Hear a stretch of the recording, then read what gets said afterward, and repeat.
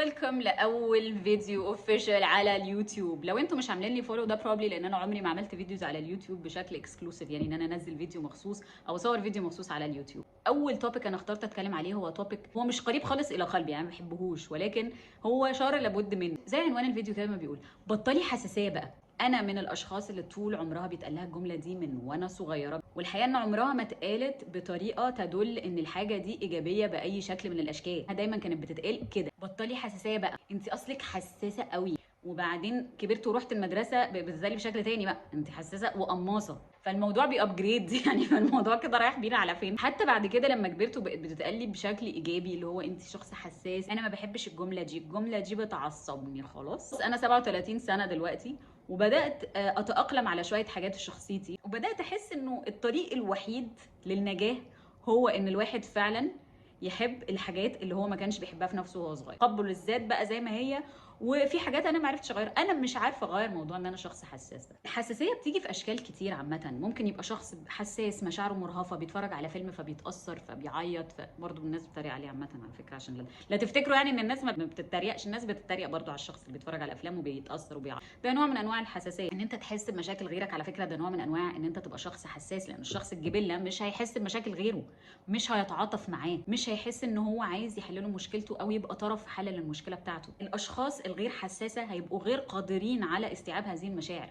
فللحساسيه وجوه اخرى، للحساسيه حاجات ممكن تبقى كويسه وممكن تبقى ايجابيه، ولكن الشخص الحساس هو لما بيتقال له كلمه ممكن يفهمها بطريقه مش لطيفه او يحس انها تقصير منه او بيبقى برضه حساس قوي تجاه الكلام الجارح. فالسؤال هنا، ليه كلام الاشخاص دي بيأثر فينا؟ ايه في الكلام اللي هم قالوه مأثر فينا؟ وازاي نحمي روحنا او ازاي نحمي نفسنا من ان الكلام ما يأثرش فينا بشكل كبير؟ رقم واحد، انت مش شخص ضعيف. الحساسية لا تعني ان الشخص ضعيف. فرقي جدا ما بين الحساسية والضعف. الحساسية هي القدرة على الإحساس بالأشخاص الآخرين، وإن أنت شخص حاسس بمشاعرك. هي هدية مش لعنة، لأن الأشخاص دي بتبقى أشخاص طيبة، بتبقى أشخاص لطيفة، بتبقى أشخاص لطيفة مع الحيوانات ومع الأشخاص ومع الشيوخ ومع الجدود ومع الأطفال، وملهاش أي علاقة بالضعف. أنت ممكن تبقى شخص حساس، ولكن لو حد جه عليك بطريقة أو بأخرى تدبسه في الحيطة، ده ملوش علاقة إن أنت شخص حساس، ملوش علاقة بده. ففرقوا جدا ما بين الضعف والحساسية. ولكن الهدية دي محتاجة نوع معين من التعامل معاه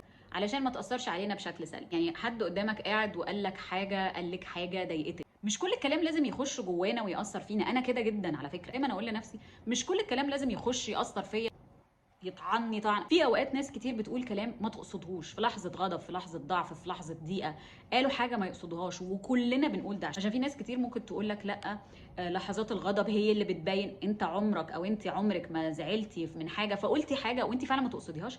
لا، بتحصل وبتحصل كتير. واوقات تانية الكلام اللي بيتقال لنا ده بيبقى من اشخاص اصلا مش سليمه. يعني بص جوه الاول يا مرسي، بص جوه الاول يا مرسي، وبعدين نبقى نتكلم. هتضايق، انا هتضايق من الكلمه اللي هو قالها لي، بس انا لو فكرت دقيقتين بالظبط، هو مين اللي بيقول لي الكلام ده؟ السورس بتاع الكلام ده ايه؟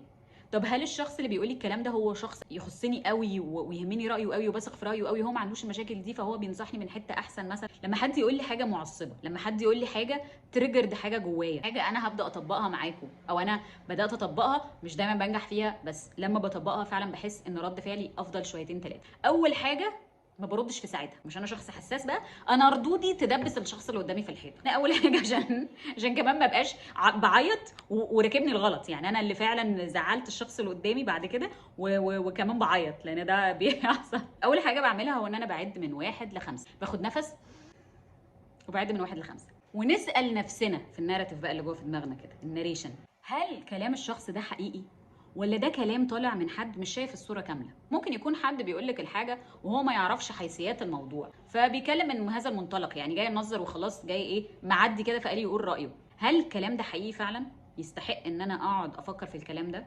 وادرسه، ولا الكلام ده مجرد رأي وخلاص؟ تاني سؤال، هو مين الشخص اللي بينصحني ده، او مين الشخص اللي قال الكلام اللي ضايقني ده؟ ده حد قريب قوي مني انا بثق في رأيه، ده حد بيحبني وخايف على مصلحتي، ولا ده حد انا معرفوش كويس، حد انا لا اثق في رأيه جدا، حد انا اصلا مش معجبه بيه ولا بحياته ولا بطريقه تفكيره؟ فبالتالي اصلا هاخد الكلام ده واقول له ميرسي جدا، وده رأيك ملناش دعوه بيه. تاني حاجه هنعملها، اعملي مساحه ما بينك وما بين الكلام اللي اتقالك. اكتر من سبب. اول سبب وهو ان انت مش محتاجه ترد ومش محتاجه تبرري نفسك. حاجه مهمه جدا ان احنا نعرفها ايا كان الشخص مين. على فكره انا مش محتاجه ان انا ولا ارد ولا ابرر نفسي. انا برد وببرر نفسي ده لما ابقى فعلا عايزه ان انا اوضح حاجه، مهتمه ان الشخص اللي قدامي ده يفضل في حياتي، ولا محتاجه احلل كل حاجه وادافع عن نفسي انا مش محتاجه اعمل كل ده. وفي ظل بقى الكلام اللي بيتقالك ده، انت محتاجه ان انت تحمي نفسك. يعني تفصلي ما بينك وبين الكلام، ان انت تحمي نفسك. يعني انا في حته ورايه في حته، رايه ده ممكن افكر فيه بس رايه ده مش انا اهو، ورايك اهو. مساء الخير. رايه ده انا ممكن افكر فيه، يعني اقرب له خطوتين كده، نقيم الراي ده وبعدين نرجع تاني لورا نقول والله انا شايفه انه رايه كويس ممكن ناخد بيه، او رايه مش كويس ممكن نعمل في كده فيه. فمحتاجه تحمي نفسك من غير ما تبقي قاسيه عليها، من غير ما تاخدي الكلام ده وتقولي ايوه فعلا انا وحشه انا محتاجه. خليكي طيبه بس واضحه مع نفسك، حساسه بس قويه. ايه المشكله في ده؟ هذا لا ينفي هذا. رقم 3، الاشخاص الحساسه بتبقى اشخاص رياكتيف. يعني انت هتقول له الحاجه هيرد في ساعتها، او هيكتم جواه ويقعد يعيط بقى. اوكي، فلو انت من التايب A اللي هو هيرد في ساعتها زي حالاتي كده، فلازم نتفهم انه كوني حساسه مش معناه ان انا لازم ارد الحاجه في ساعتها، مش لازم اتاثر بالكلام ده فورا. افصلي ما بين ردة فعل التلقائيه ورد فعل ناضج. لما حد يقول لي الحاجه دي لازم اسال الشخص ده يقصد ايه بالحاجه دي. تقصد ايه بالكلام المسخ ده؟ هو لا يعني مش مش بس ايه اللي انت عايز توصله لي من كلامك. فهمت حاجه المعنى بتاعها مش عاجبني، استفسر. انت تقصد ان انا كذا كذا كذا كذا. ممكن وارد جدا اصلا يطلع الموضوع مش موجود ده في خيالي فقط، وده هنتكلم عليه. يطلع فقط ان الشخص ده قال الحاجه يعني اساء التعبير وما عرفش يعبر عن الكلام، فقال حاجه انا فهمتها بطريقه غلط. حاجه كمان، لما الناس بتقول رايها او بتقول لك حاجه، محتاجين نفهم الناس دي لما بيتكلموا بيبقوا بيعبروا عن ايه. الشخص لما بيتكلم، انا لما بتكلم، انت لما بتتكلمي، انت لما بتتكلم، احنا بنعبر عن وجهه نظر. وجهه نظر دي ايه اللي خلقها؟ ايه اللي عملها؟ وجهه النظر دي اللي خلقها واللي عملها خبراته وتربيته وقرايته ودراسته وكل الحاجات دي. الشخص بيعبر عن حاجه، هو بيعبر عن رؤيته. فعشان كده لازم تفصلي ما بين راي الشخص وما بينك انت. فين انت؟ هو انتوا بعاد عن بعض، انتوا مش نفس الحاجه. وعشان كده لازم اسال نفسي، ارفلكت كده، الكلام ده حقيقي ولا لا؟ الكلام ده اول مره يتقال لي ولا لا؟ اتقال لي من كذا حد، ففعلا ممكن يكون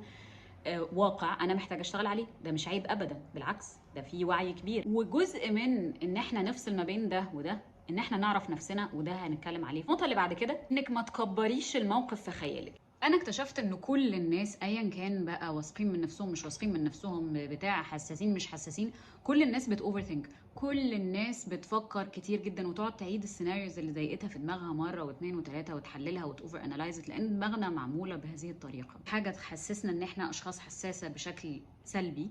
اول حاجه محتاجين ان احنا نعملها ان احنا نحاول ان احنا نبطل الاوفر ثينكينج ده، او ان احنا نبطل نفكر زياده، او نمشي نفس السيناريو تاني في دماغنا اوفر اند اوفر اند اوفر كان. احنا بنفكر ونحلل الكلام بشكل موضوعي، ذاتس ستوري، بس احنا كمان ساعات كتير قوي بنعمل ده تخيلات وافتراضات بقى في دماغنا. فده بيودينا في حته تانية خالص، فممكن يكبر الموضوع جدا في دماغنا، وهو اصلا الموضوع لا يستحق كل هذا باي شكل من الاشكال.